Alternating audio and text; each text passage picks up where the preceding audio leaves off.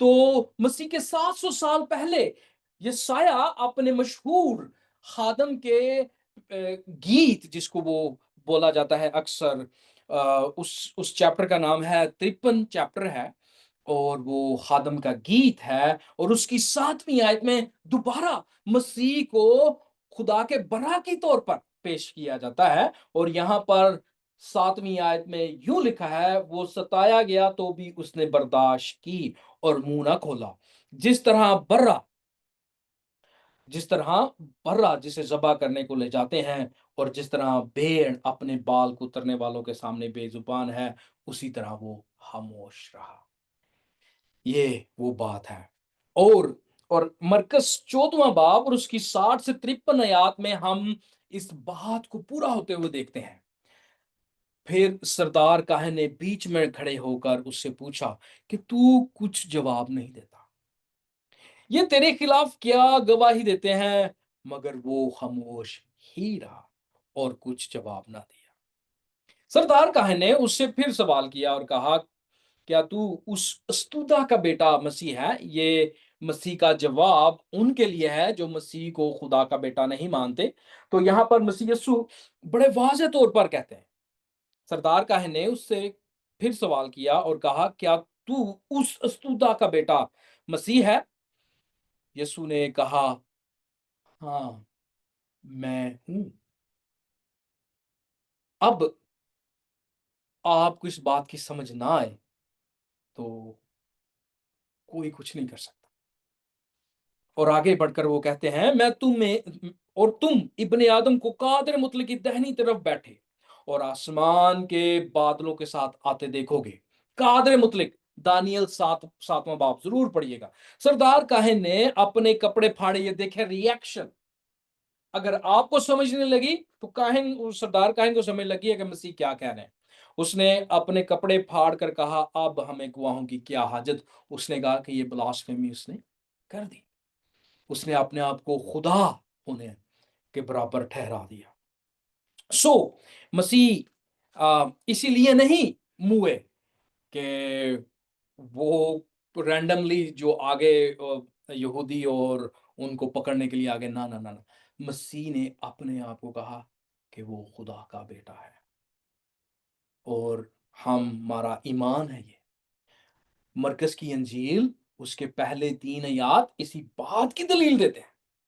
متی کی انجیل اس کی پہلی آیت اسی بات کی دلیل دیتی ہے۔ یوحنا کی انجیل اس کا پہلا حصہ، پہلے چند آیات اس بات کی دلالت سے شروع کرتے ہیں۔ جناب من، اگر آپ حضرت مریم لوکا کی انجیل میں چلے جائیں تو وہاں پر بھی فرشتہ اس بات کی دلیل دیتا ہے کہ روح القدس تجھ پر سایہ ڈالے گی، اور اس وجہ سے وہ مولود مقدس خدا تعالی کا بیٹا کہلائے گا۔ یہ بات فرشتوں نے فرمائی، یہ بات نبیوں نے فرمائی، اور خصوصی بات مسیح نے کسی ایرے گہرے کو نہیں بتائی تھی، بلکہ سردار کاہن جو اس وقت کا مذہبی سردار تھا، جو مذہبی سرداروں کا سردار تھا، اس کو کہتا ہے کہ ہاں۔ اس نے سوال کیا کہ کیا تو استودا یعنی خدا کا بیٹا ہے؟ تو مسیح نے کہا، ہاں میں ہوں۔ اب کوئی پھر پوچھے کہ مسیح نے کہاں کہا، تو اس کے لیے کیا گنجائش ہے اگر وہ سادی سی بات کو کوئی نہیں سمجھ سکتا۔ آگے چلیں گے حضرت یحییٰ کے پاس دوبارہ، اور ان کے اس نشان کے بارے میں بات کریں گے جو وہ کہتے ہیں کہ یہ خدا کا برہ ہے جو دنیا کے گناہ اٹھا لیا جاتا ہے۔ جناب من، اتنی گہری اور عمیق اور علم الہیات سے بری ہوئی یہ آیت ہے کہ میرا جی چاہتا ہے کہ دوبارہ اگلے ہفتے ہم اس کے اوپر بات کریں، لیکن میں چاہتا ہوں کہ ہم دوبارہ مرکز کی انجیل کی طرف جائیں، تو اس لیے کسی اور موقع پر اس کے اوپر دوبارہ بات کی جائے گی۔ لیکن اس بات میں ہم آگے بڑھتے ہیں اور خلاصہ دیکھتے ہیں ہم نے کیا کیا سیکھا۔ ہم نے سیکھا کہ مسیح یسوع